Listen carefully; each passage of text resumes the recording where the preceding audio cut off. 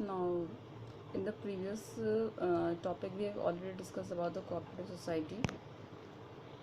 Now, here we just go to the features of cooperative society. What is the main features of cooperative society? First, we go to the features. The membership of a cooperative society is voluntary, as person is free to join a cooperative society and can also leave the society and as per his desire. It means what?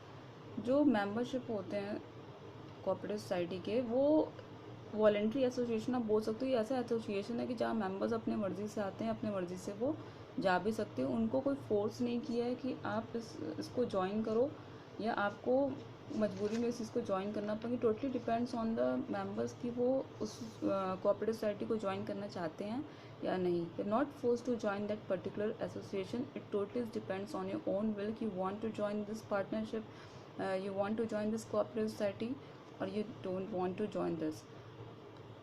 Come to the next one. The society can enter into the contracts and hold the property in its name, sue and sued by other. It has separate identity. देखो, cooperative society को हम बोल सकते हैं कि इनको एक legal status भी प्रोवाइड कर दिया जाता है, क्योंकि अगर इनका रजिस्ट्रेशन हुआ है तो ये लीगल बेस्ड कोऑपरेटिव सोसाइटीज़ को हम मान सकते हैं।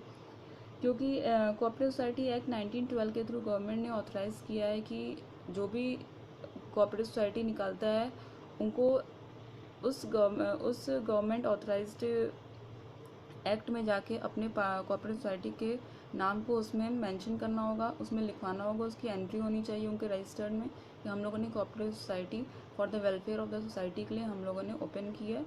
तो उसके बाद ही उनको उसका रजिस्ट्रेशन मिल सकता है एंड उसको वो कैरी ऑन कर सकते हैं। Next thing, the liability of the members of a cooperative society is limited to the extent of the amount contributed by them as capital. तो आपको मैंने ये चीज़ बताया है कि लिमिटेड लाइबिलिटी जो होती हैं वो क्या होती हैं, अनलिमिटेड लाइबिलिटी जो होती हैं वो क्या होती है। लिमिटेड लाइबिलिटी आप बोल सकते हो जिसमें आपके पर्सनल असेट्स को, किसी भी डेट्स को चुकाने के लिए, किसी भी डेट्स को पेबल करने के लिए आपके पर्सनल असेट्स को कोई भी इफेक्ट उस पर नहीं पड़ता। आप डायरेक्टली उस चीज़ को, आप जितना आपने कैपिटल लगाया उस कैपिटल के बेस पे आप उस डेट्स को, उस लॉस को दे सकते हो। Next thing, the power to take decision lies in the hands of an elected managing committee. It means what कि देखो, हर अभी तक हम लोगों ने जितने भी बिजनेस ऑर्गेनाइजेशन पढ़े हैं, सोल प्रोप्राइटरशिप रहा, पार्टनरशिप रहा, चाहे वो कोई भी ऑर्गेनाइजेशन रहा, उसमें कोई एक ऐसा इलेक्टेड मेंबर रहता है जो कि सारे डिसीजन लेते हैं, सारे पावर लेते हैं, सारी चीज़ को डिसाइड करता है कैसे होना चाहिए, किस फॉर्म में होना चाहिए। तो वैसे ही कोऑपरेटिव सोसाइटी में भी एक मेंबर इन लोग इलेक्ट करते हैं कि यही सारी चीज़ को हैंडल कर सकता है, यही सारी चीज़ को कैरी ऑन कर सकता है, यही डिसीजन ले सकता है, भले वो चीज़ में एक्सपर्ट ना हो, ये हम लोग लिमिटेशन में पढ़ेंगे। बट एक मेंबर को चूज़ किया जाता है जो कि वो हेड रहता है उस मेंबर का, एंड वही सारे डिसीजन को लेता है एंड सारी चीज़ को करता है आगे चल के। Next thing, the cooperative society through this purpose lays emphasis on the values of mutual help and welfare, hence the motive of service dominates its working. देखो, कोऑपरेटिव सोसाइटी को हम लोग बोल सकते हैं कि ये सर्विस मोटिव के लिए होता है। मीन्स ये जो भी सोसाइटी के मेंबर्स होते हैं उनके वेलफेयर के लिए ही सोसाइटी बनाई जाती है। उनको एक रिजनेबल प्राइस पे प्रोडक्ट को अवेलेबल कराना, मैन्युफैक्चरर के पास डायरेक्ट जाके बल्क में सामान लेके एंड उसको सोसाइटी के मेंबर्स को एक चीप प्राइस में उस चीज़ को देना is the other thing. And जो हम लोग होलसेल और रिटेल शॉप के पास जाके खरीदते हैं वो एक that one is the other thing. It means जो होलसेलर और रिटेलर होते हैं वो हमें किसी मैन्युफैक्चरिंग प्रोडक्ट का अगर प्राइस 90 है और वो हमें 110 में देते हैं, तो इससे क्या हो सकता है, उनको कुछ तो प्रॉफिट होगा 20 या 30 रुपीज़ का। बट अगर कोऑपरेटिव सोसाइटी का मेंबर है तो उसको इस चीज़ का बेनिफिट हो सकता है कि उसको मैन्युफैक्चरर से डायरेक्टली सामान ला के वो अपने पास रख सकता है, उसको मिल सकता है, और ये मेंबर्स को प्रोवाइड करते हैं एट अ रिजनेबल प्राइस पे, जिससे उनका बेनिफिट होता है। Next thing, come to the merits. Merits means जो इसकी अच्छाइयाँ हैं, जिसके लिए कोऑपरेटिव सोसाइटी बनाया गया, इसमें कुछ अच्छाइयाँ भी हैं। The principle of one man one vote governs the cooperative society. Each member is entitled to equal voting rights. देखो, फीचर्स तो हम लोगों ने पढ़ लिया। फीचर्स अगर जो पढ़ लेगा उसको मेरिट्स एंड डीमेरिट्स में बहुत ही प्रॉब्लम नहीं होगी, डायरेक्टली वो चीज़ फाइंड आउट कर लेगा कि मेरिट्स क्या हो सकते हैं, डीमेरिट्स क्या हो सकते हैं। नॉट अ बिग डील कि आपको कन्फ्यूज़न हो कि मेरिट्स क्या होते हैं, मेरिट्स मीन्स अच्छाइयाँ, डीमेरिट्स मीन जो भी उसकी बुराइयाँ, जो भी कमियाँ वो होती हैं।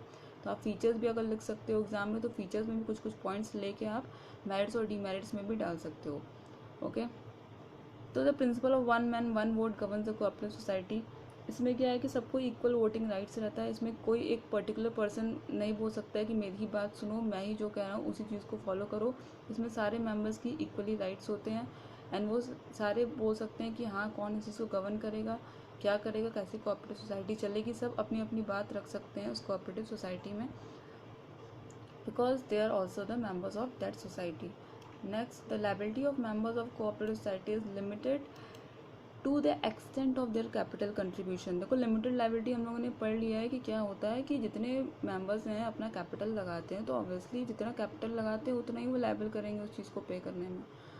और ज़रूरी नहीं है कि वो उस चीज़ को पे ना कर पाएँ तो उसको उनको अपना पर्सनल असेट्स या कुछ चीज़ देनी पड़ी, नहीं, जितना उनका कैपिटल लगेगा अगर उस पर कुछ लॉस होता है तो वो अपने कैपिटल में से ही, जो उनकी कंट्रीब्यूशन की गई है सोसाइटी मेंबर्स में होने के लिए, उसी कंट्रीब्यूशन में से ही वो लायबल रहेंगे सारे डेट्स को पे करने में।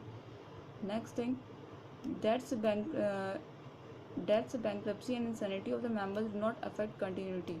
अब देखो किसी के डेथ से, किसी के रिटायरमेंट से एक कोऑपरेटिव सोसाइटी की एग्जिस्टेंस ख़त्म नहीं हो जाएगी, वो कंटिन्यू रहेगी, क्योंकि मिनिमम 10 होते हैं, मैक्सिमम इसमें आप जितने भी कर लो। जैसे एक प्राइवेट में होता है ना, प्राइवेट कंपनी में 2 मिनिमम मेंबर्स होते हैं, पब्लिक में 7 होते हैं, वैसे कोऑपरेटिव सोसाइटी में भी डिसाइडेड रहता है कि मिनिमम 10 मेंबर्स होने चाहिए।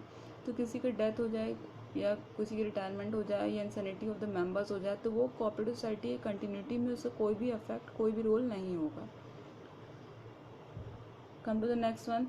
The focus is on elimination of middlemen. This helps in the reducing cost. The customers or producers themselves are members of the society and hence the risk of bad debts is lower.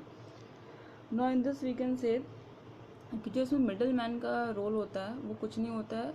Cooperative society का main motive यही रहता है कि जो middle man हम लोग को exploit करते हैं, सोसाइटी के मेंबर्स को एक्सप्लॉइट करते हैं, उस मिडल मैन को ही हटा दिया जाए, जिसकी वजह से हमारे कॉस्ट भी रिड्यूस नहीं होंगे। क्योंकि अगर एक्चुअली इसका प्रोसेसिंग बिजनेस देखा जाए तो यही होता है कि मैन्युफैक्चरर से होलसेलर, होलसेलर से retailer, then retailer to the public.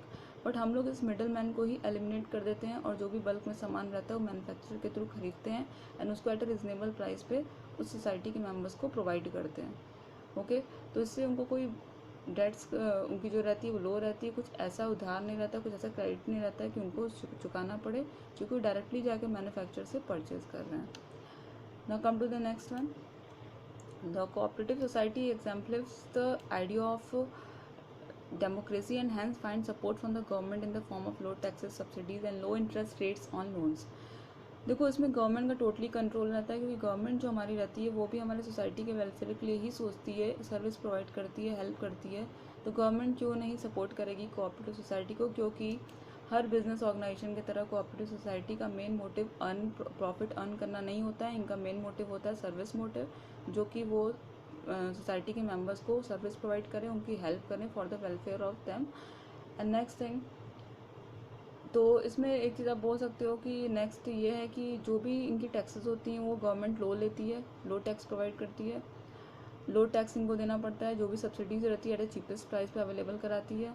इनका जो रेट लोन पे इंटरेस्ट रहता है वो भी कम कर देती है। तो इससे गवर्नमेंट इनको टोटली सपोर्ट करती है, जिससे इनको ज़्यादा बर्डन ना सहना पड़े, इनके बर्डन कुछ कम हो जाए।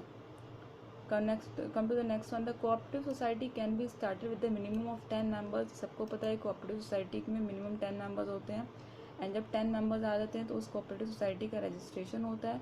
उसके बाद कुछ लीगल फॉर्मेलिटीज़ होती हैं। कोऑपरेटिव सोसाइटी एक्ट 1912 के थ्रू, जो कि गवर्नमेंट ऑथराइज की है। After 10 members only you can be a member of, you can just open the cooperative society for the welfare of the members, otherwise you are not able to open this cooperative society. अगर आप registration नहीं कराओगे and आपके 10 members से कम होंगे तो कोई मतलब नहीं है। हाँ, 10 मेंबर्स से अधिक होंगे या 10 मेंबर्स होंगे तभी आप रजिस्ट्रेशन करा सकते हो एंड कोऑपरेटिव सोसाइटी का एक सेपरेट लीगल एंटिटी बन सकता है। Come to the next one. There is a limitation is given here. What is the main limitation? कमियाँ क्या होती हैं? Resources of a cooperative society consist of capital contribution of the members with limited means. The low rate of dividend offered on investment also act as a deterrent. Means what? देखो limitations में आप बोल सकते हो कि इनकी जो capital होती है वो बहुत ही लिमिटेड होती है। देखो कोई पुअर सेक्शन से आएगा, कोई बहुत रिच नहीं रहेगा, कोई मिडिल क्लास फैमिली से बिलोंग करेगा, तो ज़रूरी नहीं सारे की कंट्रीब्यूशन इक्वल हो, सारे कंट्रीब्यूट इक्वली कर रहे हों। तो जितने कैपिटल होंगे, जितने कैपिटल वो कंट्रीब्यूट करेंगे, उतने ही हिसाब से उनका रिसोर्स भी अवेलेबल रहेगा। विद लिमिटेड मीन्स की कैपिटल कंट्रीब्यूशन जितनी रहेगी उतनी रिसोर्सेज भी रहेंगी। अगर लिमिटेड कैपिटल रहेगा तो लिमिटेड रिसोर्स भी रहेंगी। तो इन्वेस्टमेंट भी वो उसी के अकॉर्डिंग करते हैं। तो आप बोल सकते हो कि बहुत चीज़ ये कहीं से किसी से लेके नहीं आते हैं, इनका जो भी कंट्रीब्यूशन रहता है वापस का ही रहता है, और वही चीज़ इन्वेस्ट करते हैं और वही चीज़ वो उसको उतने ही का रिसोर्स भी अवेलेबल कराते हैं for the society of the members. Next thing, cooperative societies are unable to attract and employ expert managers because of their inability to pay them high salaries। देखो cooperative societies में जो elected manager committee का एक member होता है वो सारे decision power लेता है, बट इन लोगों के पास इतनी कैपिटल नहीं रहती कि किसी हायर एक्सपर्ट को ही हायर कर सकें, क्योंकि उनको जब किसी हायर एक्सपर्ट को शामिल करेंगे, इन्वॉल्व करेंगे अपने कोऑपरेटिव सोसाइटी में, तो ऑब्वियसली उनको सैलरीज भी पे करनी पड़ेगी, उनको फीस भी देनी पड़ेगी फॉर देयर एक्सपर्ट एडवाइस। तो ये इतने लायबल नहीं रहते हैं कि लिमिटेड कैपिटल में ये एक्सपर्ट हायर कर लें एंड कोऑपरेटिव सोसाइटी को चला लें। तो ये एक आप बोल सकते हो lack of the expert advice in this. Come to the next one, open discussion the meetings of member as well as disclosure obligation means there is a lack of secrecy in also this. देखो disclosure obligation is difficult to maintain secrecy. क्या होता है कि इसमें जो सारे members होते हैं इनके इक्वल राइट्स होते हैं, जो भी बातें होंगी वो सामने होंगी, जो भी डिसीजन होंगे सामने होंगे, जो भी कोई सजेशन दे रहा है वो सामने होगा, जो भी सीक्रेट चीज़ें वो सामने ही डिस्कस होंगी। कोई सिक्रेसी इनमें नहीं रहती है, इधर की बात उधर भी जा सकती है, उधर की बात इधर भी आ सकती है। तो this a lack of secrecy. Come to the next one, interference in the functioning of the cooperative organization through the control exercised by the state cooperative society departments negatively affects freedom of operation। देखो अभी तक क्या था कि government जो थी वो totally इनको सपोर्ट कर रही थी, बट एक टाइम में क्या होता है कि अगर कोई ये गलत काम कर रहे हैं गवर्नमेंट के अगेंस्ट जाके, और गवर्नमेंट को ये दिखा रहे हैं कि मैं तो सोसाइटी के वेलफेयर के लिए बात कर रहा हूँ, and at the time government को पता चलता है कि ये कुछ ऐसा काम कर रहे हैं जिनसे इनका प्रॉफिट गेन कर रहे हैं, प्रॉफिट अर्न कर रहे हैं, एंड सोसाइटी के वेलफेयर के बारे में नहीं सोच रहे हैं। तो गवर्नमेंट ने ऐसा किया कि इनके जो भी ट्रांजैक्शन होते हैं, जो भी अकाउंट्स होते हैं, इनको एज ए रेगुलर बेसिस पे चेक करते हैं एंड इन पे नज़र रखे रहते हैं कि ऐसा तो नहीं है कि ये हमारे अगेंस्ट जाके और सोसाइटी के वेलफेयर के बारे में ना सोच के ये अपने प्रॉफिट मोटिव के बारे में सोच रहे हैं। तो गवर्नमेंट का सारा रोल इनको चेक करने में लगता है कि जो भी चीज़ें, क्योंकि गवर्नमेंट ने अगर इनको सपोर्ट दिया तो गवर्नमेंट की ड्यूटी बनती है कि सारी चीज़ों को चेक भी करें, ये कोई गलत काम तो नहीं कर रहे हैं एक सोसाइटी के वेलफेयर के नाम पे। Next thing, internal quarrels arising as a result of contrary viewpoints may lead to difficult in the decision making। अब ऑब्वियस सी बात है कि यार कोऑपरेटिव सोसाइटी में इतने मेंबर्स हैं तो किसी ना किसी की जो व्यू पॉइंट होगी वो मैच नहीं करेगी।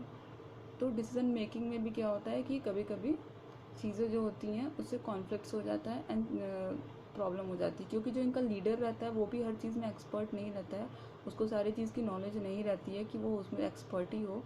तो इसलिए कभी कभी क्या होता है कि इंटरनल क्वेरल्स अराइज हो जाते हैं इन लोग के बीच में, इनके व्यू पॉइंट्स को लेके, इनके सजेशन को लेके, जिससे कोऑपरेटिव सोसाइटी में कुछ मिसअंडरस्टैंडिंग हो जाती है एंड कुछ कॉन्फ्लिक्ट्स डिस्प्यूट्स के भी इशू हो जाते हैं। Okay, so this is our cooperative society merits, features, merits and limitation. Now in the next lecture we will just discuss about the types of cooperative societies, and if you want some more videos from my link then you can subscribe my channel। आप मेरे channel को subscribe भी कर सकते हो for more videos. Okay, and like and subscribe my channel. आप subscribe करोगे तो मैं और भी वीडियोस आपको अवेलेबल करा सकती हूँ, या आपको मेरी अपडेट मिलती रहेगी कि मैं इसके बाद कौन से टॉपिक को मेरे को पढ़ाना है। तो please like and subscribe my channel for more videos. Okay, so thank you class for today।